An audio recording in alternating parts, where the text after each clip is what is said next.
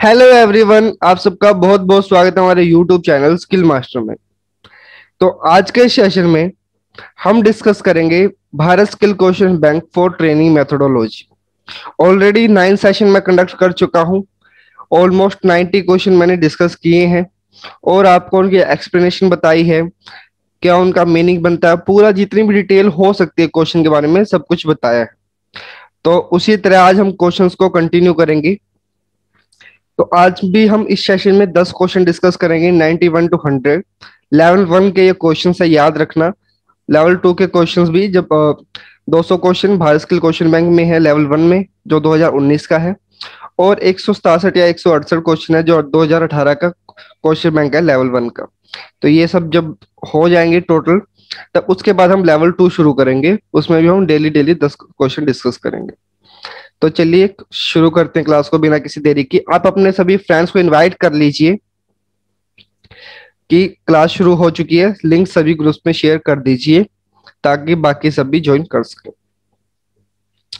तो मेरा नाम है सचिन सैनी और आप हमारे यूट्यूब चैनल स्किल मास्टर को सब्सक्राइब करें ताकि जितने भी यूजफुल वीडियोस के नोटिफिकेशन है वो आपको मिल सके।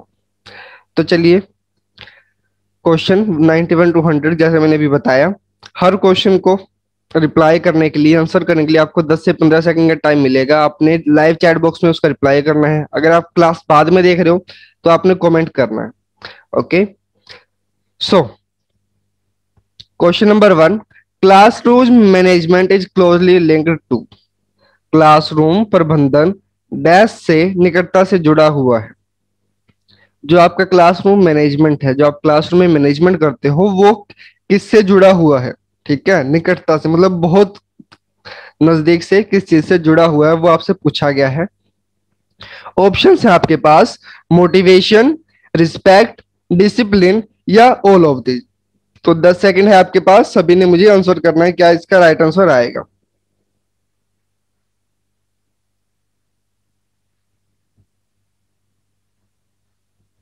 ओके, तो एक चीज मैं कहना चाहूंगा, कल किसी ने क्वेश्चन पूछा था मेरे से कि सीआईटीज की वैलिडिटी कितनी होती है। तो मैंने वीडियो अपलोड कर दी थी कि सीआईटीएस की वैलिडिटी कितनी होती है। अगर वैलिडिटी होती है 5 साल, 7 साल, 3 साल, तो उसके बाद उस वैलिडिटी को रिन्यू कैसे किया जाए। तो पूरी डिटेल मैंने वीडियो में दी थी, मॉर्निंग में मैंने वीडियो अपलोड कर दी थी। आप उसको देख सकते हो, आपको पूरी इन्फॉर्मेशन मिल जाएगी। ओके, तो इसका जो राइट आंसर आएगा वो आएगा all of these. Classroom management किस किस से रिलेटेड होता है? क्लासरूम मैनेजमेंट मोटिवेशन से रिलेटेड होता है। किसका motivation? Motivation of teacher student. ठीक है, बच्चों को मोटिवेट करना एक टीचर का काम है। ठीक है, बच्चे अगर मोटिवेटेड हैं, आप अपने स्टूडेंट्स को, आप अपने ट्रेनिज को मोटिवेटेड रखते हो काम के प्रति, तो क्लासरूम मैनेजमेंट बहुत अच्छा होगा। सभी अपने काम में लगे रहेंगे। ठीक है, कोई झगड़ा नहीं होगा, कोई फालतू अपना इधर उधर भटकेगा नहीं। तो मोटिवेशन बेहद जरूरी है। रिस्पेक्ट होनी बेहद जरूरी है। एक ट्रेनी की अपने इंस्ट्रक्टर के प्रति, अपने ट्रेनिंग ऑफिसर के प्रति जो रिस्पेक्ट होना बेहद जरूरी है। अगर रिस्पेक्ट नहीं करेगा कोई ट्रेनिंग तो वो सक्सेस कभी नहीं होगा अपने जीवन में, क्योंकि अपने गुरु का आदर हमेशा करना चाहिए। ठीक, उसके बाद डिसिप्लिन, अनुशासन होना चाहिए। ये नहीं हो कि आपके जो ट्रेनिंग है इधर उधर भटक रहे हैं, क्लास के अंदर डांस कर रहे हैं। ठीक है, अगर मान लो आप 2 मिनट भी बाहर जाओ तो आपके पीछे से डांस करना शुरू कर दिया, शोर मचाना शुरू कर दिया, तो ये सब नहीं होना चाहिए। तो क्लासरूम मैनेजमेंट के अंदर सभी चीजें आएंगी। मोटिवेशन होना चाहिए, रिस्पेक्ट होनी चाहिए और डिसिप्लिन होना चाहिए। तो ऑल ऑफ दिस हम इसका आंसर यहाँ दे देंगे। तो बढ़ते हैं नेक्स्ट क्वेश्चन की ओर। Question number 2, which one of the following is not the quality of good counsellor. तीसरा क्वेश्चन है, सेम ऑप्शन अलग अलग है। क्या पूछा गया है? कौन सी एक क्वालिटी नहीं है गुड काउंसलर की? ऑप्शन चेंज कर दिए जाते हैं, क्वेश्चन सेम रहता है। तीसरा क्वेश्चन है लेवल 1 के अंदर ही, कम से कम 4 या 5 क्वेश्चन है काउंसलर से related, same question, option change कर दिए जाते हैं। तो इसमें ऑप्शंस क्या है? He should be involve emotionally with the client, he should have good listening skill, he should have lot of patience, he should he should be willing to help the client। तो 4 option मैंने दे दिए हैं, आपने बताना इसका क्या right answer आएगा। उसे ग्राहक के साथ भावनात्मक रूप से शामिल होना चाहिए, उसके पास सुनने का कौशल अच्छा होना चाहिए, उसके पास बहुत धैर्य होना चाहिए, या फिर उसे ग्राहक की मदद करने के लिए तैयार रहना चाहिए। तो एक चीज ध्यान रखिए, क्वेश्चन को ध्यान से पढ़िए। Note the quality of good counsellor. Note कौन सी एक अच्छी क्वालिटी नहीं है एक अच्छे काउंसलर की।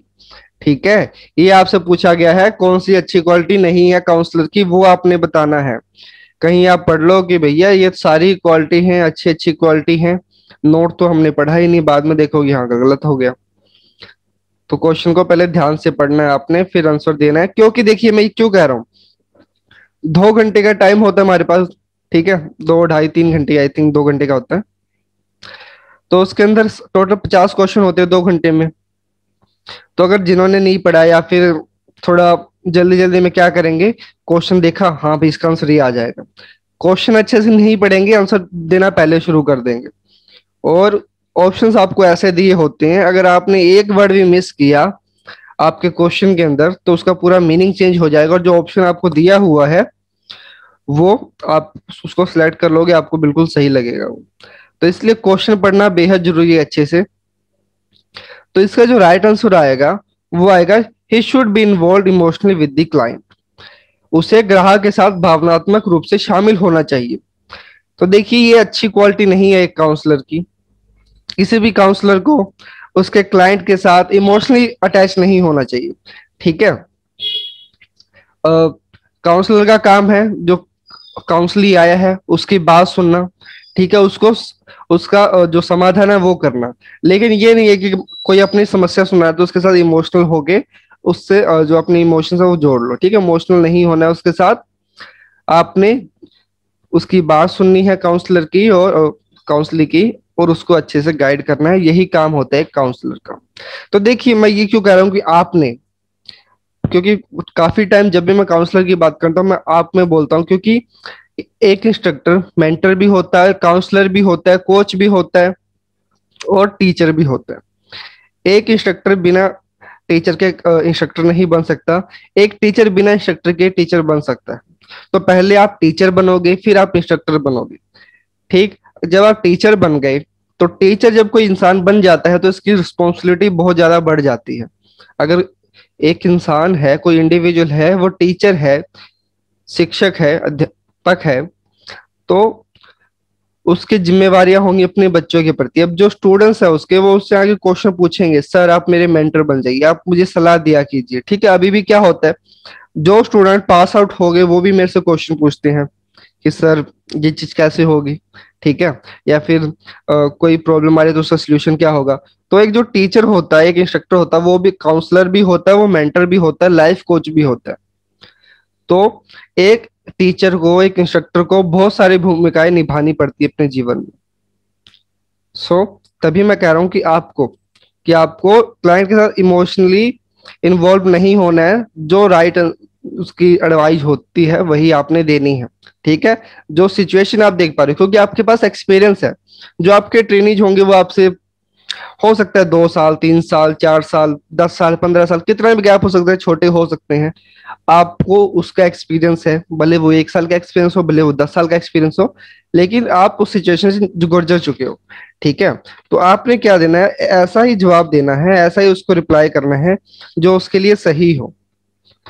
आपने उसके साथ इमोशनल होके ट्रेनिंग के साथ कोई ऐसा आंसर नहीं देना है कि जो उसको आगे जाके खराब करे या फिर उसके करियर पे इफेक्ट डाले। तो ये चीजें आपने ध्यान रखनी। तो क्वालिटीज कौन कौन सी हो सकती है काउंसलर की, ये हम देखते हैं यहाँ। क्योंकि एक जो क्वालिटी नहीं है वो तो हमने बता दिया। क्वालिटी कौन कौन सी होती है, he should have good listening skill. देखिए कम्युनिकेशन स्किल अच्छी होती है बहुत लोगों की, लेकिन लिसनिंग स्किल किसी किसी की अच्छी होती है। आप अच्छे वक्ता तब तक नहीं बन सकते जब तक आप अच्छे से किसी को सुनना नहीं सीख सकते, जब तक आप जो सामने बोल रहा है उसकी बात को अच्छे से नहीं सुन सकते। देखिए अच्छे से सुनने का मतलब क्या है, पेशेंस से सामने वाले की बात सुनना। ठीक है, कोई स्पीच दे रहा है उसको बीच में ही रोक देना, क्वेश्चन पूछ लेना, एक अच्छा सुनने वाला नहीं हो सकता, गुड लिसनिंग स्किल नहीं हो सकती।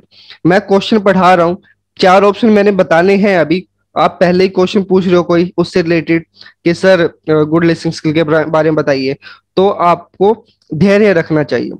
जब अपना सामने वाला जो बोल रहा है अपनी बात कंप्लीट कर ले, जब अपनी बात वो पूरी कर ले, उसके बाद आपने क्वेश्चन पूछने, उसके बाद अपना डाउट पूछना। ठीक है, तो यही होता है गुड लिसनिंग स्किल। अब काउंसलर कभी ये नहीं होगा कि आप मान लो एक काउंसली हो, आप काउंसलर के पास गए और आप अपनी बात रख रहे हो, बीच में आपसे क्रॉस क्वेश्चन करता रहे उस चीजों से रिलेटेड। ऐसा कभी नहीं होगा। जब आप अपनी बात बोलकर पूरी हो जाएगी, जब आपकी बात, उसके बाद काउंसलर आएगा और वो कहेगा कि हाँ अब बताइए जो आपने पूरी बात बताई। उसके बाद एक एक पॉइंट पे वो नोट करता जाएगा क्या क्या पॉइंट है, उसके बाद एक एक पॉइंट पे वो आएगा। ठीक है, अब उन पॉइंट्स में कुछ और पॉइंट निकल गए, तो ऐसे करके काउंसलिंग आपकी चलती है। कभी भी क्रॉस क्वेश्चन काउंसलर नहीं करेगा। काउंसलर जब पूरी बात हो जाएगी काउंसलिंग की, तभी वो प्रोसीड करेगा, अपने क्वेश्चन पूछेगा। तो ये गुड लिसनिंग स्किल होनी चाहिए काउंसलर के अंदर, और एक गुड लिसनिंग स्किल हर एक इंसान के अंदर होनी चाहिए। क्योंकि अगर आप अच्छे से सुन नहीं सकते तो आप अच्छे से बोल नहीं सकते, आप अच्छे से चीजों को फिर समझ नहीं सकते। गुड लिसनिंग स्किल होना बेहद जरूरी है एक इंसान के अंदर, एक टीचर के अंदर। तो थर्ड पॉइंट है he should have lot of patience. जैसा अभी मैंने बताया, पेशेंस होना बेहद जरूरी है। अब देखिए एक इंटरेस्टिंग चीज मैं आपको बताने जा रहा हूँ। आप इंस्ट्रक्टर बनने जा रहे हो, आप गवर्नमेंट आईटी में, प्राइवेट आईटी में कहीं भी जॉब करोगे, ठीक है, सीआईटी पास करने के बाद 1 साल बाद, 2 साल बाद, या फिर इमीडिएट आप ज्वाइन कर लोगे आईटीआई के अंदर। बच्चों को झेलना बेहद मुश्किल काम होता है। मैं ये क्यों कह रहा हूँ मुश्किल काम होता है, क्योंकि अगर आपके अंदर पेशेंस नहीं है, अगर आप चीजों को अच्छे से हैंडल नहीं कर पा रहे हैं, आप बहुत ज्यादा गुस्सा हो जाते हैं, बहुत ज्यादा जल्दी खुश हो जाते हैं, तो आप एक अच्छे इंस्ट्रक्टर नहीं बन पाओगे, क्योंकि आप मैनेज नहीं कर पाओगे ट्रेनेज को। आप अच्छे से क्या कर पाओगे, पढ़ा पाओगे, ठीक है, लेकिन अगर सामने जब पढ़ाते टाइप किसी बच्चे ने क्वेश्चन पूछ लिया, तो आप अपना पेशेंस खो दोगे। अगर आपके साथ पेशेंस है ही नहीं, तो आप अपनी जो क्लास है उसको भी खराब कर बैठोगे, और जो मैनेजमेंट है वो भी खराब कर बैठोगे। तो पेशेंस होना बेहद जरूरी है। बच्चों को झेलना बहुत मुश्किल है। मैं ये नहीं कह रहा बहुत ज्यादा मुश्किल है, मतलब मुश्किल है।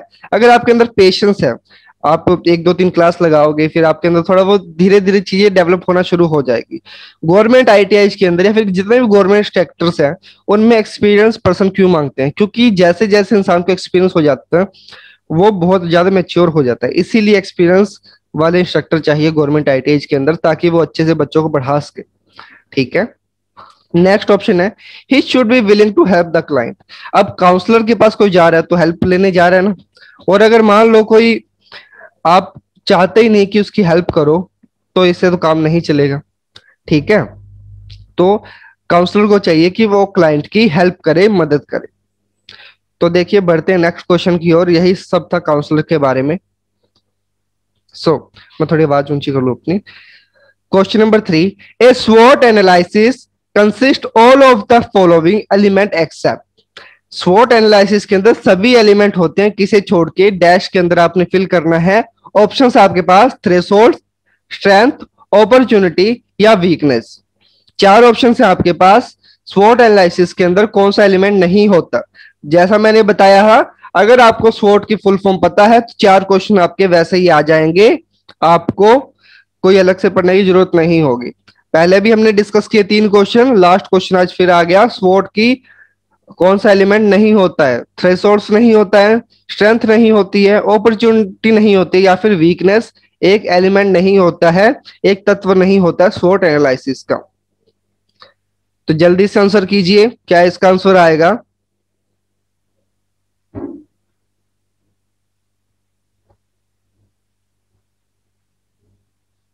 ओके, तो एक चीज मैं आपको बताना चाहूंगा। जैसे अभी थोड़ी वॉल्यूम कम थी, थोड़ी वॉल्यूम ज्यादा हो गई, तो जब आप बोल रहे होते हो, लेक्चर ले रहे होते हो, या फिर आप डेमोन्स्ट्रेशन कर रहे हो, तो आपकी आवाज में वेरिएशन होना चाहिए। आपकी आवाज हमेशा बहुत डाउन भी नहीं रहनी चाहिए, आपकी आवाज हमेशा बहुत ज्यादा ऊंची नहीं रहनी चाहिए। ये फ्लैक्चुएट करता रहना चाहिए, कभी कम कभी ज्यादा, थोड़ी थोड़ी, ठीक है, बहुत ज्यादा भी नहीं। थोड़ी आवाज कम हो गई कभी, जो ऐसे वर्ड्स हैं जो धीरे बोलने वाले हैं, ठीक है, तो वो आपने धीरे बोलने हैं। जो ऐसे वर्ड जो इंपॉर्टेंट वर्ड वो आपको थोड़ा क्या करना है, ऊंची आवाज में बोलने हैं। ऊंची आवाज का मतलब थोड़ा ऐसा कि बच्चों को आराम से समझ आ जाए, ट्रेनिंग को अच्छे से समझ आ जाए। ऐसा नहीं कि आप चिल्लाने ही लग जाओ, ऐसा नहीं करना। आपने अपनी आवाज के अंदर वेरिएशन रखनी है हमेशा। अगर आप एक जैसी आवाज रखोगे, एक वॉल्यूम पे आवाज रखोगे, तो सामने वाला समझेगा कि भैया यहाँ तो सत्संग हो रहा है, प्रवचन सुनने को मिल रहे हैं, और वो बिल्कुल बोर हो जाएगा। अकॉर्डिंग टू साइकोलॉजी बच्चे बोर हो जाते हैं अगर एक ही वॉल्यूम में आपको आप लेक्चर दोगे तो आपने अपनी वॉल्यूम में भी वेरिएशन रखनी है, कभी आवाज थोड़ी ऊपर थोड़ी नीचे, ऐसा करते रहना। ठीक, तो आंसर्स आ रहे हैं आपके। तो देखिए सबको पता है स्वॉट एनालिसिस का आंसर क्या आएगा इस क्वेश्चन में, थ्रेशोल्ड। स्वॉट की फुल फॉर्म क्या होती है, स्ट्रेंथ, वीकनेस, अपॉर्चुनिटी, थ्रेट्स। तो देखिए स्वॉट एनालिसिस होता क्या है। स्वॉट एनालिसिस होता है अपनी कंपनी के बारे में जानना, अपनी एक इंडिविजुअल के बारे में जानना। इंडिविजुअल मतलब खुद के बारे में, मैं एक इंडिविजुअल हूँ, सचिन सैनी एक इंडिविजुअल है, मेरी क्या क्या स्ट्रेंथ है मैं उसके बारे में जानना चाहता हूँ, मेरी कमजोरियां क्या है, मेरी वीकनेस क्या है, मैं उसके बारे में जानना चाहता हूँ, अपॉर्चुनिटीज क्या क्या है कि भविष्य में जाके मैं आगे क्या क्या कर सकता हूँ। ठीक है, या फिर थ्रेट्स कि कौन कौन सी चीजें जो मुझे रोक सकती है या फिर जिनसे मुझे खतरा हो सकता है एक तरह का। तो एक इंडिविजुअल की बात हो गई, एक मेरी कंपनी की बात हो गई। तो स्वॉट एनालिसिस हम इसीलिए करते हैं ताकि अपनी कमियों को, अपनी स्ट्रेंथ को, अपनी जो ताकत है और जो अपॉर्चुनिटीज है उनको हम जान सके। ठीक है, तो यही होता है स्वॉट एनालिसिस। स्वॉट एनालिसिस के ऊपर ऑलरेडी 2 से 3 लेक्चर्स हैं, आप सर्च कर सकते हो स्वॉट एनालिसिस स्किल मास्टर करके, आपको लेक्चर्स मिल जाएंगे, पूरा जो विश्लेषण है स्वॉट एनालिसिस का वो मिल जाएगा। तो देखिए, तो स्ट्रेंथ क्या होती है, इसमें क्या पता चलता है, what do you do well, what do you do well कि आप क्या चीज अच्छी करते हो। मैंने एग्जांपल दिया था पेटीएम का कि पेटीएम अच्छी क्या चीज करता है। ठीक है, मैंने एग्जांपल दिया था कि पेटीएम के लिए कौन कौन सी वीकनेस है, कि ऐप मान लो क्रैश हो जाती है, पे नहीं हो पाता है। थ्रेट्स क्या क्या होते हैं कि भैया गूगल पे है जो उसकी क्या है, साथ में खड़ा है, ओपोनेंट है उसका, जो मान लो अगर पेटीएम से मनी ट्रांसफर नहीं होती है तो लोग जाएंगे गूगल पे की ओर, और गूगल पे से मान लो आपका पेमेंट सक्सेसफुल हो गई तो दूसरी बार भी तो कौन जाएगा पेटीएम के पास, गूगल पे के पास ही जाएगा ना, कि हाँ भाई पेटीएम पे मेरी जो ट्रांसफर है वो रुक जाता है, फोन पे रुकता नहीं है तो फोन पे भी जाएंगे। तो ये आपके थ्रेट्स हो सकते हैं। अपॉर्चुनिटीज क्या क्या हो सकती हैं, अगर मान लो पेटीएम के पास बहुत सारी ऑडियंस है ऑलरेडी, जो कि है भी इंडिया के अंदर, तो वो अपना कोई भी एक नया फंक्शन लेके आता है तो उसको बहुत ज्यादा मेहनत नहीं करनी पड़ेगी, पब्लिसिटी करने की कोई जरूरत नहीं है। तो ये अपॉर्चुनिटीज हो सकती है, वो अपने एक नया ही कोई अपना कंटेंट लेके आ सकते हैं। जैसे मान लो गूगल है, शुरू में क्या था, एक सर्च इंजन था। ठीक है, एक सर्च इंजन था, बिल्कुल कुछ भी नहीं, बस एक जो वेबसाइट थी उनको सर्च करता था। उसके बाद क्या हुआ, जैसे गूगल का नाम थोड़ा चढ़ा अच्छा, तो उसके बाद अपने इमेजेस लाना शुरू कर दिया कि आप इमेज सर्च करो सारी इमेजेस आ जाएंगी। उसके बाद गूगल फोटोज निकाल दिया, अपनी गूगल फोटो जो आपके फोन में है वो ड्राइव के अंदर अपलोड हो रही है, 15 GB आपको फ्री दे दिया कि भैया अपलोड करते जाओ, आपको कोई पैसा देने की जरूरत नहीं है। ठीक, उसके बाद गूगल ड्राइव बना दिया, कोई भी आपकी फाइल है, कोई वीडियो है, सारी अपलोड कर दो, गूगल ड्राइव में सेफ रहेगी। एक जीमेल बना ली, उसमें गूगल फोटो सेव हो रही है, आपकी मेल्स भी आ रही हैं, उसके बाद आपकी वीडियोज भी अपलोड हो रही है, डॉक्यूमेंट भी अपलोड हो रहे हैं, सारा कुछ हो रहा है। ठीक है, उसके बाद गूगल मैप बना दिया, कहीं भी जाना हो गूगल मैप उठा लो भैया, गूगल मैप से देखो कहाँ जाना है, कितना टाइम लगेगा, एक्यूरेट बताएगा आपको। हो सकता है कि अगर आपको मान लो बता रहे कहीं जाने के 15 मिनट, तो आपको 10 मिनट लगे क्योंकि आप जल्दी चल रहे हो। ठीक है, एवरेज स्पीड के हिसाब से आप थोड़ा जल्दी चल रहे हो तो जल्दी पहुंच जाओगे, वो एक अलग मैटर, लेकिन सही एक्यूरेट चीज बताएगा गूगल। उसके बाद बहुत सारे प्रोडक्ट हैं गूगल के। ठीक है, गूगल वन हो गया, कोरमो जॉब्स हो गया, तो ऐसे बहुत सारे प्रोडक्ट्स हैं, गूगल शीट्स हो गया, गूगल पावर पॉइंट हो गया। ठीक है, गूगल एक्सेल हो गया, एक्सेल नहीं गूगल शीट्स कहेंगे उसे। तो ये सारे प्रोडक्ट गूगल ने बना दिए एक के बाद एक, क्योंकि उनके पास ऑलरेडी बहुत ज्यादा ऑडियंस है। स्ट्रोक एंड्रॉइड बना दिया कि अपना एक फोन निकाल दिया, महंगा सा फोन है, कुछ भी नहीं है, कोई ऐड नहीं है उसके अंदर, कोई ऐसा मतलब आपके यूआई ऐसा नहीं है कि जो बहुत ज्यादा रंग बिरंगा हो, सिंपल सा, बिल्कुल सिंपल स्ट्रोक एंड्रॉइड, गूगल के सारे ऐप है, बिल्कुल सिंपल सा उसका इंटरफेस है। तो ऐसी बहुत सारी अपॉर्चुनिटीज होती हैं कंपनी के पास जिनके पास ऑडियंस हो। ठीक है, ऑडियंस है, हम नए नए प्रोडक्ट निकाल सकते हैं, सारे चलेंगे, ये अपॉर्चुनिटी होगी, क्योंकि कंपनी अपना ट्रस्ट बिल्ड कर चुकी होती है ऑलरेडी। गूगल को, गूगल के ऊपर आपको कितना ट्रस्ट है? बहुत ज्यादा है, क्योंकि गूगल को इंफॉर्मेशन देगा तो गलत नहीं देगा, है ना। तो पहले से आपको उस पर ट्रस्ट है, इसलिए आप उस कंपनी के प्रोडक्ट को यूज करेंगे। वीकनेस क्या हो सकती है? तो देखिए, वीकनेस ये है कि वीकनेस पर्सनल वीकनेस होती है। जैसे अभी आपने देखा होगा, कुछ बच्चों ने पढ़ा होगा कि 1 जून से आपकी जो गूगल फोटोज की जो स्टोरेज है वो कम कर दी गई है, यानी कि 15 GB ही रख दी गई। जो अनलिमिटेड फोटोज आप अपलोड कर सकते थे वो आप नहीं कर सकते। आप सिर्फ 15 GB में जो फोटोज अपलोड करोगे वही होगी हाई क्वालिटी के अंदर, है ना। आप सबने न्यूज सुनी होगी ना। तो ये क्यों हुआ? क्योंकि लोग क्या करते हैं, अगर मान लो किसी ने अपनी फोटोज क्या करनी है, अपलोड करनी है, वीडियो अपलोड करनी है, नया गूगल अकाउंट बना लेते हैं, क्योंकि फ्री में है, ठीक है, कोई गूगल अकाउंट बनाने के पैसे नहीं देने पड़ते। नया अकाउंट बनाया, आपने ड्राइव अपलोड कर दी। अब आपने अपना डाटा तो क्लाउड के अंदर सेव कर दिया, 10 GB, 15 GB, 100 GB आपने सेव कर दिया, लेकिन जो 100 GB आपने डाटा अपलोड किया है, अब उसको कहीं स्टोर तो करना पड़ेगा ना। तो गूगल को पे करना पड़ता है वो डाटा सेव करने के लिए, ठीक। तो ये उसकी वीकनेस हो गई कि भैया अब इतने पैसे कहां से लेके आएगा गूगल, कि हर दिन कोई आ रहा है 1000 TB अपलोड कर रहा है। 1000 TB डेली तो ला नहीं सकता गूगल, ठीक है। नहीं नहीं, मतलब इतना डाटा सेंटर भी नहीं बना सकता कि सारी दुनिया का डाटा उसमें अपलोड हो जाए। अगर मान लो फ्री सर्विस तो ऐसा कोई देगा नहीं, अगर उसके जो खुद के फंड्स हैं वो तो लगाएगा नहीं, कि मान लो बाकी जो सोर्सेस है उससे पैसे आ रहे हैं तो वो आपको क्यों देगा? कमाई भी तो करनी है ना कंपनी को। तो ये वीकनेस है उसकी कि वो आपको इतना ज्यादा स्टोरेज नहीं दे सकता। तो अब गूगल क्या करेगा, अगर आपको स्टोरेज चाहिए भैया, 15 GB से ज्यादा चाहिए, 100 GB चाहिए, लाओ, 130 रुपए लेके आओ, 300 रुपए लेके आओ, तो आपको पे करना पड़ेगा। तो ये वीकनेस है। थ्रेड्स क्या क्या हो सकते हैं? जैसे काफी ड्राइव्स हैं, मैं गूगल का ही एग्जांपल देता हूँ। मेगा ड्राइव हो गया, ठीक है, और ड्राइव्स हो गया माइक्रोसॉफ्ट का, उनके अंदर भी आपको काफी स्टोरेज फ्री मिलती है। मेगा ड्राइव के अंदर ऑलमोस्ट 50 GB आपको फ्री डाटा मिलता है। आप उसमें अपने वीडियोस फोटोज को अपलोड कर सकते हो सेव करने के लिए। तो ये सब चीज, उसमें भी आपने सिंपल लॉग इन करना है, उसमें कोई पैसे नहीं देने, है ना। तो यही सब चीज होती है, यही है स्वोट एनालिसिस, कंपनी का विश्लेषण करना। तो बढ़ते हैं नेक्स्ट क्वेश्चन की ओर। Question number 4, what is the final step of teaching? शिक्षण का अंतिम चरण क्या होता है? पहले मुझे आप बताइए, टीचिंग मेथड जो होता है उसके कितने स्टेप होते हैं? ठीक है, कितने स्टेप होते हैं? 1 होते हैं, 2 होते हैं, 3 होते हैं, 4 होते हैं, 5 होते हैं, 7 होते हैं, कितने होते हैं? कितने स्टेप होते हैं टीचिंग में, पहले वो मुझे बताइए। उसके बाद बताइए इस क्वेश्चन का answer. Testing, ask question, summary या प्रेजेंटेशन? क्या इसका राइट आंसर आएगा? तो क्या इसका राइट आंसर आएगा? क्या वो टेस्टिंग आएगा, आस्क क्वेश्चन आएगा, समरी आएगा या प्रेजेंटेशन आएगा? तो देखिए, जो इसका राइट आंसर आएगा वो आएगा टेस्टिंग, ठीक है। जो फाइनल स्टेप होता है टीचिंग का वो कौन सा होता है? टेस्टिंग होता है। सबसे पहले preparation, presentation, application, testing. Preparation में क्या होता है? जो प्रीवियस क्लास में आपने पढ़ाया उसको रिवाइज करवाना, जो आज चैप्टर पढ़ाने जा रहे हो उसके लिए मोटिवेट करना, मोटिवेशन ऐसा बताना जो आपके चैप्टर से, आपके लेसन से रिलेटेड हो।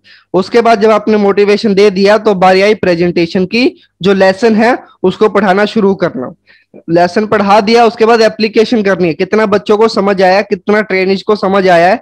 एप्लीकेशन में आप क्वेश्चंस पूछोगे, जो आपने पूरा 4 ऑब्जेक्टिव पढ़ाए उनमें से कोई आपने 4-5 क्वेश्चन पूछ लिए बच्चों से, आपको पता चल जाएगा कितनी अंडरस्टैंडिंग है बच्चों की, क्या मैं दोबारा इनको समझाऊं, या फिर जो डाउट्स होते हैं बच्चों के वो भी एप्लीकेशन में क्लियर हो जाते हैं। उसके बाद टेस्टिंग, सारे डाउट क्लियर हो गए, एप्लीकेशन आपने कर लिया, पूरा समझ आ गया बच्चों को, ठीक है। जब हम एप्लीकेशन कर लेते हैं कंप्लीट तो हम समझते हैं कि बच्चों ने पूरा का पूरा यहाँ पे क्या कर लिया है, समझ लिया है चीज को, ठीक है। एप्लीकेशन में जितने भी डाउट है सारे क्लियर हो गए तो हम क्या कर सकते हैं? टेस्टिंग कर सकते हैं, ठीक है। बच्चों को टेस्ट कर सकते हैं कि कितना उनको समझ आया है। तो ये फाइनल स्टेप होता है टीचिंग का, टेस्टिंग या इवेल्युएशन। आप क्या क्या कह सकते हो, टेस्ट या इवेल्युएशन दोनों एक ही चीज होती है। अगर टेस्टिंग की जगह इवेल्युएशन आ जाता तो हम उसको सिलेक्ट करते, ठीक। तो ये इसका राइट आंसर आ जाएगा। अब मैंने क्वेश्चन पूछा था कि कितने स्टेप होते हैं टीचिंग के। जैसे मैंने बताया 4 स्टेप होते हैं, प्रिपरेशन, प्रेजेंटेशन, एप्लीकेशन, टेस्टिंग। ठीक, तो ये सब आपका आंसर आ जाएगा। बढ़ते हैं नेक्स्ट क्वेश्चन की ओर। Question number 5, entrepreneurs are dash, उद्यमी डैश होते हैं। ऑप्शंस आपके पास, मॉडरेट रिस्क टेकर, मॉडरेट मतलब मध्यम, ना ज्यादा ना कम, high risk taker, small risk taker, या नो रिस्क टेकर। कि जो बिजनेसमैन होते हैं, एंटरप्रेन्योर्स होते हैं, जो अपना खुद का बिजनेस शुरू कर रहे हैं, नया स्टार्टअप कर रहे हैं, वो कैसा रिस्क उठाते हैं। क्या वो मिला जुला एक मतलब जांच परख के रिस्क उठाते हैं, या बहुत ज्यादा रिस्क उठाते हैं, या छोटे छोटे रिस्क उठाते हैं, या फिर एंटरप्रेन्योर रिस्क उठाते ही नहीं है। ये आपने बताना है। तो आप जल्दी जल्दी आंसर कीजिए मुझे, फिर मैं आपको इसका आंसर बताता हूं।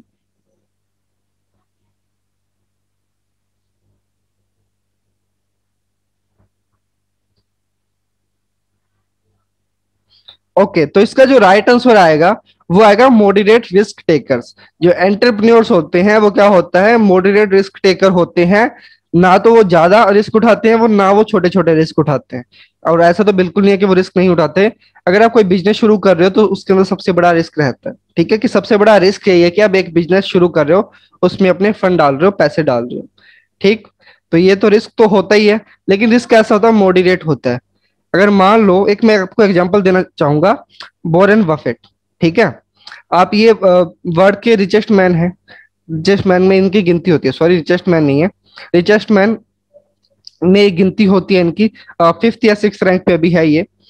तो देखिए वॉरेन बफेट क्या करते हैं, ये स्टॉक्स खरीदते हैं कंपनियों के, शेयर मार्केट में अपना पैसा लगाते हैं। ये हमेशा क्या करते हैं, बुक्स पढ़ते हैं। ठीक है, काफी बुक्स पढ़ते हैं, उसके बाद कंपनी को देखते हैं कि हाँ भाई मुझे एक ऐसी कंपनी चाहिए, भले वो छोटी कंपनी हो लेकिन मुझे ज्यादा मुनाफा लेके दे। वो कभी ये नहीं देखेंगे मेरी बड़ी कंपनी है, बड़ी कंपनी जैसे कोई गूगल है, ठीक है, गूगल एक कंपनी है, उनको इन्होंने खरीदना है, लेकिन उसके लिए बहुत ज्यादा पैसे देने पड़ रहे हैं। ये ऐसी कंपनी कभी नहीं खरीदेंगे। एक ऐसी कंपनी खरीदेंगे, ये कंपनी खरीदेंगे पेटीएम जैसी कंपनी खरीदेंगे, ये कंपनी खरीदेंगे जो कोई नई कंपनी आई है। नई कंपनी हम कह सकते हैं कोई एक ऐसी ऐप बताइए, कोई ऐसी एक कंपनी, जैसे पबजी मोबाइल इंडिया हो गया, वो अलग एक अलग कंपनी है, बट आप उसको समझ लीजिए कि पबजी मोबाइल इंडिया एक नई ऐप आई है। ठीक है, उसकी पहले से बहुत ज्यादा पॉपुलैरिटी है, बच्चे उसको बहुत ज्यादा, जो बच्चे ही खेलते नहीं ज्यादातर गेम, तो जो अडल्ट हैं वो भी खेलते हैं, तो वो क्या करते हैं, वो बहुत ज्यादा उसको खेलने वाले हैं, तो वो ऐसी कंपनी को खरीदेंगे। ठीक है, ऐसी कंपनी को खरीदेंगे जो उनके काम आए, वो अच्छा खासा मुनाफा उनको दे। क्योंकि अभी मोबाइल जो गेम है लॉन्च हुई नहीं है, लॉन्च होगी या नहीं होगी तो वो गवर्नमेंट पे डिपेंड करता है। तो वो ऐसी कंपनी को खरीदेंगे कि हाँ भैया रिस्क मुझे पता है, रिस्क ये है कि लॉन्च होगी या नहीं होगी। अगर लॉन्च हो गई तो भैया बहुत ज्यादा पैसे मिलने वाले हैं, बहुत ज्यादा अर्निंग होने वाली है। तो ऐसे रिस्क उठाते हैं एंटरप्रेन्योर्स। तो जितने भी आप फोटोज देख पा रहे हो, जितने भी पर्सन है, ये सारे एंटरप्रेन्योर्स हैं। Bill Gates, Microsoft, Mark Zuckerberg, Facebook, Jeff Bezos, amazon, Jack Ma, ये एक कंपनी है चाइना की, और मुझे उसका नाम तो याद नहीं आ रहा, कि अगर आपको किसी को नाम याद आ रहा है तो वो बताइए। Elon Musk, Tesla, SpaceX, 5 company है एलोन मस्क की। सबसे बड़ी जो इनकी कंपनी है वो कौन सी है, स्पेस एक्स है, किसके साथ काम करती है, नासा के साथ काम करती है मून पे जाने के लिए। ठीक, तो ये एंटरप्रेन्योर्स है, कैसे रिस्क उठाते हैं, रिस्क कैसे उठाते हैं कि भैया ज्यादा खतरा भी ना हो, और अगर मान लो खतरा जो है वो टल जाता है तो अच्छी खासी कमाई भी हो। ठीक, तो ये ही होते हैं एंटरप्रेन्योर्स, ऐसा रिस्क उठाते हैं कि फायदा भी हो और ज्यादा नुकसान भी ना हो। तो बढ़ते हैं नेक्स्ट क्वेश्चन की ओर। Question number 6, lesson plan is one of the method of teaching, what is the other suitable method of teaching. क्या कहा है क्वेश्चन में कि लेसन प्लान एक मेथड है टीचिंग का, कौन सा एक सुटेबल मेथड है टीचिंग का, एक और जो अदर दूसरा कौन सा मेथड है टीचिंग का, वो आपने बताना है। बिल्कुल सिंपल सा क्वेश्चन है, demo plan, question method, motivation, या ऑब्जेक्टिव प्लान। बिल्कुल सिंपल सा क्वेश्चन है, किसी ने कंफ्यूज नहीं होना, जल्दी जल्दी आंसर दीजिए, क्या इसका राइट आंसर आएगा। ओके, तो एक चीज देखिए यहाँ पे, आपको कंफ्यूज करने के लिए क्वेश्चन दिया गया, ऑप्शन दिया गया है, सॉरी क्वेश्चन नहीं ऑप्शन दिया गया, क्वेश्चन तो दिया ही गया obviously. Lesson plan is one of the methods, एक वर्ड यूज किया मेथड्स, ठीक है, मेथड्स ऑफ टीचिंग यहाँ लिखा है, लेकिन हम देखेंगे वर्ड को, one of the method of teaching. अब यहाँ ऑप्शन में क्या दे दिया, क्वेश्चन मेथड। ठीक है, इसका जो राइट आंसर आएगा वो आएगा डेमो प्लान, क्योंकि लेसन प्लान जो है एक मेथड है टीचिंग का। ठीक है, एक मेथड है टीचिंग का। दूसरा सुटेबल मेथड कौन सा है टीचिंग का, वो आपका डेमो प्लान है, क्योंकि आप जो आप नॉलेज देने वाले हो बच्चों को वो लेसन प्लान से दोगे, स्किल सिखाने वाले हो तो क्या करोगे, डेमो प्लान का यूज करोगे, कर तो टीच ही रहे हो ना, तो डेमो प्लान आ जाएगा। लेकिन कंफ्यूज करने के लिए यहाँ क्वेश्चन मेथड यूज कर लिया। ठीक है, कोई सोचेंगे हाँ यार क्वेश्चन मेथड हो सकता है, क्योंकि किसी और में तो मेथड लिखा नहीं हुआ और बात मेथड की हो गई है, तो ज्यादातर बच्चे इसको सिलेक्ट कर लेंगे। और क्वेश्चन पेपर जो मैंने दिया था प्रैक्टिस है, उसमें भी काफी बच्चों ने क्वेश्चन मेथड सिलेक्ट किया हुआ था। तो ऐसे आपने कंफ्यूज नहीं होना, ऐसे क्वेश्चन आपको बहुत मिलेंगे, ऑप्शंस ऐसे दिए होंगे जिससे आप कंफ्यूज हो जाए। तो इसका जो राइट आंसर आएगा वो डेमोन्स्ट्रेशन प्लान आएगा। एक मेथड है टीचिंग का, जो आप प्रैक्टिकल नॉलेज देना चाहते हो तो डेमोन्स्ट्रेशन प्लान से दोगे, नॉलेज देना चाहते हो किसी लेसन के बारे में, किसी स्किल के बारे में, तो आप लेसन प्लान का यूज करोगे। आप कौन, इंस्ट्रक्टर, क्योंकि आप फ्यूचर में इंस्ट्रक्टर बनने जा रहे हो, इसलिए मैं कह रहा हूं आप यूज करोगे। ठीक है, बढ़ते हैं नेक्स्ट क्वेश्चन की ओर। How many gigabytes are there in a terabyte, एक टीबी में कितनी जीबी होती है। ठीक है, गीगा मतलब जी, किससे एब्रीवेट करते हैं गीगा को, जी से, और बाइट्स को बी से। एक गीगाबाइट में कितनी टेराबाइट होती है, टेराबाइट का टीबी आ जाएगा, टी और बी। एक गीगाबाइट में सॉरी एक टेराबाइट में कितनी गीगाबाइट होती है। बिल्कुल सिंपल क्वेश्चन है, सभी को पता होना चाहिए, मैं ऑप्शन भी नहीं पढ़ूंगा। तो इसका क्या आंसर आएगा, 1024, 1024। तो एक टीबी में कितनी जीबी होगी, 1024। सबसे छोटा क्या होती है, कौन सी आपकी वैल्यू होती है, बिट होती है, फिर निबल आ जाएगी, उसके बाद बाइट आ जाएगी। बिट क्या होती है, एक बिट सिंपल, एक छोटा सा, जैसे हम कहते हैं ना रुपए के अंदर पैसा हो गया, ऐसी बात, एक बिट छोटा सा हो गया। इसका क्या होता है, एक या फिर जीरो, जो नंबर की वैल्यू रहती है वो या एक या तो वो एक होती है या जीरो होती है। उसके बाद चार निबल्स आ गए। ठीक है, उसके बाद जो बाइट्स होती है ना, बाइट के अंदर क्या होता है, निबल्स के अंदर 4 बिट्स होते हैं, जैसे मैंने आपको बताया। इसकी वैल्यू कितनी होती है, एक या जीरो होती है। निबल के अंदर कितने बिट्स होते हैं, 4 बिट्स होते हैं। और एक बाइट के अंदर कितने बिट्स होते हैं, 8 बिट्स होते हैं। ठीक है, एक बाइट के अंदर कितने होते हैं, या तो आपके 8 बिट्स होंगे या फिर 2 निबल होंगे, एक ही बात हुई ना। आपसे ये पूछा जा सकता है कि कितने, एक बाइट के अंदर कितने निबल होंगे, तो वो 2 हो जाएंगे। उसके बाद एक केबी, किलो बाइट, एक किलो बाइट में कितने बाइट्स होते हैं, 1024। ठीक है, किलो बाइट के अंदर कितने होते हैं, 1024। उसके बाद एमबी की बात आ गई, कितने मेगाबाइट होते हैं, 1024 केबी होती है। मेगाबाइट के अंदर केबी आ जाएगी, गीगाबाइट के अंदर एमबी आ जाएगी। ठीक है, और उसके बाद बात की जाए टेराबाइट की, तो उसके अंदर 1024 आपकी जीबी आ जाएगी। ठीक है, गीगाबाइट से बड़ी कौन सी वैल्यू होती है, टेराबाइट। तो ये चीजें आपने ध्यान रखनी है, सिर्फ और सिर्फ 22 तक आपकी जो वैल्यू है वो अलग रहती है। उसके बाद 1024 1024 1024 बढ़ती जाती है जितना भी आप आगे लेते जाओ। तो बढ़ते हैं नेक्स्ट क्वेश्चन की ओर। Question number 8, which one of the following, one पूछा गया, which one of the following is not a browser, इनमें से कौन सा एक ब्राउजर नहीं है। ऑप्शंस आपके पास गूगल, फायरफॉक्स, क्रोम या सफारी। ब्राउजर कौन से होते हैं, जिनसे आप इंटरनेट सर्फ करते हो। ठीक है, जहां पढ़ने जाते हो वो कौन से होते हैं, स्कूल होते हैं, इंस्टीट्यूट होते हैं। तो उसी तरह जब आप इंटरनेट को सर्फ करने जाते हो, इंटरनेट चलाने जाते हो, या फिर कोई आप वेबसाइट सर्च करने जाते हो, तो किसका यूज करते हो, ब्राउजर का यूज करते हो। यही क्वेश्चन आपसे पूछा गया है, जो 4 ऑप्शन दिए हैं उनमें से कौन सा एक ब्राउजर नहीं है। तो देखिए जो इसका राइट आंसर आएगा वो आएगा गूगल। गूगल एक ब्राउजर नहीं है, गूगल एक सर्च इंजन है, गूगल एक कंपनी है। तो इसका जो राइट आंसर आ जाएगा क्या आएगा, वो गूगल आएगा। फायरफॉक्स क्या है, एक ब्राउजर है। क्रोम एक ब्राउजर है। सफारी ब्राउजर है। यहाँ आप जो फोटो देख पा रहे हो, ये सारी फोटोज आपके ब्राउजर्स की हैं, जो आपके मोबाइल्स के अंदर अवेलेबल होंगी, आपके विंडोज के अंदर अवेलेबल होंगी। तो देखिए ये जो आपको रेड वाला दिख रहा है फर्स्ट, ये आपका ओपेरा मिनी है, ओपेरा या ओपेरा मिनी। ये आपके फोन के अंदर भी मिलेगा और आपके जो लैपटॉप है, पीसी है, उसके अंदर भी आप इंस्टॉल कर सकते हो। ये ब्राउजर है। जो गूगल क्रोम है, देखिए गूगल एक कंपनी है या फिर गूगल एक सर्च इंजन है, लेकिन जो गूगल क्रोम है, गूगल का प्रोडक्ट है गूगल क्रोम, वो क्या है? वो एक ब्राउजर है। इंटरनेट एक्सप्लोरर 10, ठीक है, इंटरनेट एक्सप्लोरर 10 है, इसका लेटेस्ट वर्जन इंटरनेट एक्सप्लोरर का, ये भी एक ब्राउजर है। और इंटरनेट एक्सप्लोरर ये पुराने वाला है, वो भी एक ब्राउजर है। सबसे लेटेस्ट वर्जन जो विंडो 10 के अंदर है, इसका मुझे नाम याद नहीं आ रहा है, आप सभी मुझे कमेंट बॉक्स में बताइए ये वाला जो ब्राउजर है लेटेस्ट जो विंडो 10 का है, उसका क्या नाम है। और जो लास्ट में है ये मोजिला फायरफॉक्स, ये भी एक गूगल का ही प्रोडक्ट था, लेकिन जब क्रोम आया तो इस पे ध्यान देना थोड़ा कम करती है। क्रोम ज्यादा एडवांस है मोजिला फायरफॉक्स से, तो इसलिए क्रोम का ज्यादा यूज होता है। तो ये सब तो थे ब्राउजर। अब आप कहोगे जो आपके सर्च इंजन है वो कौन कौन से हैं? तो सबसे आपका मेन जो सर्च इंजन है वो गूगल है, जो सबसे ज्यादा यूज किया जाता है। क्योंकि जो एंड्रॉयड है वो क्या है, किसका प्रोडक्ट है? जो एंड्रॉयड फोन आप यूज करते हो किसका प्रोडक्ट है? वो गूगल का प्रोडक्ट है।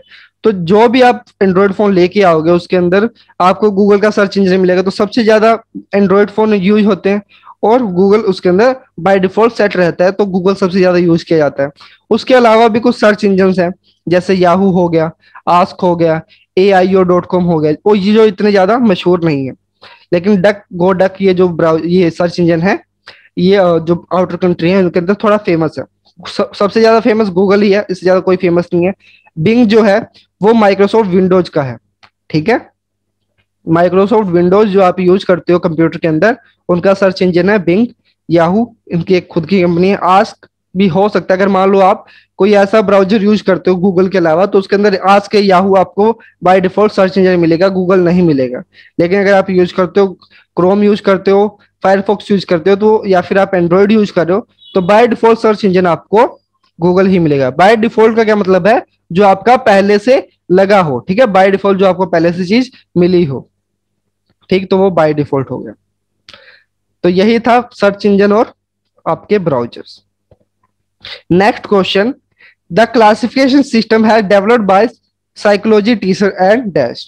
जो क्लासिफिकेशन सिस्टम है वो किसके द्वारा डेवलप किया गया है? ऑप्शंस आपके पास, text expert, special board, text scientist, या नन ऑफ दिस।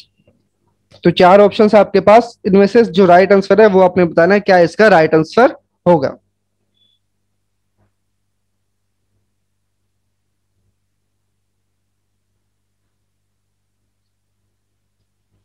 ओके, तो ये इसका राइट आंसर आएगा, वो आएगा टैक्स एक्सपर्ट, ठीक है। टैक्स एक्सपर्ट पाठ विशेषण इसका राइट आंसर आएगा। क्योंकि जो क्लासिफिकेशन सिस्टम है वो साइकोलॉजी टीचर, जो मनोविज्ञान शिक्षक है, उनके द्वारा बनाया गया। और जो टैक्स एक्सपर्ट्स होते हैं, जो पाठ के विशेषज्ञ होते हैं, ठीक है, जो टीचर्स होते हैं, जो लेक्चरर्स होते हैं, प्रोफेसर्स होते हैं, उनके द्वारा क्लासिफिकेशन सिस्टम बनाया गया है, चीजों को क्लासिफाई कर देना, जिससे अच्छे से चीजों को समझा जा सके, एक स्ट्रक्चर को समझा जा सके। ये क्लासिफिकेशन सिस्टम बनाया गया है साइकोलॉजी टीचर्स के द्वारा और टैक्स एक्सपर्ट्स के द्वारा। सो आज का last question, dash the train suitably so they that they can develop interest in the topic. मैं दोबारा पढ़ता हूँ, गलत पढ़ दिया। Dash the train suitably so that they can develop interest in the topic. बच्चों को इस तरह क्या करें कि बच्चे जो टॉपिक है उसके अंदर अपना इंटरेस्ट को डेवलप कर सके, उसको रुचि अपनी विकसित कर सके, अपना इंटरेस्ट जता सके। क्या करना है? बच्चों को इंगेज करना, इकट्ठा ऐसे करना है कि बच्चे अच्छे से उसमें टॉपिक में इंटरेस्ट लें, या मोटिवेट करना है उनको, या फिर उनको ट्रैक करना है, या उनको गाइड करना है। तो चार ऑप्शंस आपके पास, जल्दी से आंसर कीजिए क्या इसका राइट आंसर आएगा। क्या ट्रेनिज को मोटिवेट करना चाहिए, क्या इंगेज करना चाहिए, या ट्रैक करना चाहिए, या गाइड करना चाहिए, कि वो जो टॉपिक हम पढ़ाने वाले हैं उसके अंदर उसका इंटरेस्ट डेवलप हो जाए, अच्छे से उसको रुचि उसके अंदर आ जाए और वो अच्छे से उसको समझ सके। क्या करना चाहिए? क्या इसका राइट आंसर आएगा? उत्साहित करना, मोटिवेट करना, ठीक है। तो देखिए, motivate the training suitably so that they can develop interest in the topic. बच्चों को पहली बार देखिए, जो फर्स्ट मेथड होता है टीचिंग का, सबसे पहले क्या करते हैं? रिवीजन करते हैं पिछले चैप्टर की, क्योंकि जो भी डाउट हो वो क्लियर हो जाए बच्चों का। और जो पिछला चैप्टर होता है ऑलवेज जो हमेशा कनेक्टेड होता है जो करंट चैप्टर से। आज मैं पढ़ा रहा हूँ क्वेश्चन नंबर 91 टू 100। जो कल की मेरी क्लास थी उसमें मैंने 81 टू 90 पढ़ाए थे। तो ये क्वेश्चन सॉरी जो आपका सेशन रिलेटेड हो गया ना, तो इसीलिए हम रिवाइज कराते हैं, रिवीजन करवाते हैं 4 स्टेप मेथड के अंदर, कि जो पहले वाली चीजें वो क्लियर भी हो जाए और रिवीजन भी उनकी हो जाए। रिवीजन के बाद क्या करते हैं, मोटिवेट करते हैं। तो मोटिवेट इसीलिए करते हैं कि इंटरेस्ट उनका पैदा हो जाए, ठीक है, किसके अंदर, टॉपिक के अंदर, जो टॉपिक मैं आज पढ़ाने वाला हूँ। जैसे मैंने आपको बताया सेशन शुरू करने से पहले सॉरी, सेशन शुरू करने से पढ़ाया बताया कि टोटल 500 क्वेश्चन है। डेली डेली 10 क्वेश्चन करेंगे, आपके एग्जाम तक आपका पूरा क्वेश्चन बैंक क्लियर हो जाएगा, अच्छे मार्क्स आ जाएंगे। तो आपका इंटरेस्ट डेवलप होगा ना कि हाँ, अगर मैं डेली डेली 10 क्वेश्चन भी करूंगा, क्या करना, आधा घंटा 1 घंटा क्लास लेनी है, 10 क्वेश्चन की अच्छे से समझ लिया उनको, एग्जाम में अच्छे मार्क्स आ जाएंगे, तो आप मोटिवेट हो गए पहले से। जब बच्चे मोटिवेट होते हैं किसी चैप्टर के लिए, किसी टॉपिक के लिए, तो वो ज्यादा इंटरेस्ट दिखाते हैं और अच्छे से चीजों को समझते हैं। अगर आप बच्चों को फेल होते हो मोटिवेट करने से, तो इंटरेस्ट डेवलप नहीं हो पाएगा स्टूडेंट्स का। तो आपने मोटिवेट करना होता है ट्रेनीज को कि वो अच्छे से समझ पाए चीजों को, अच्छे से ध्यान से उस चीजों को सुने, उस टॉपिक को सुने जो आप पढ़ा रहे हो क्लासरूम के अंदर। सो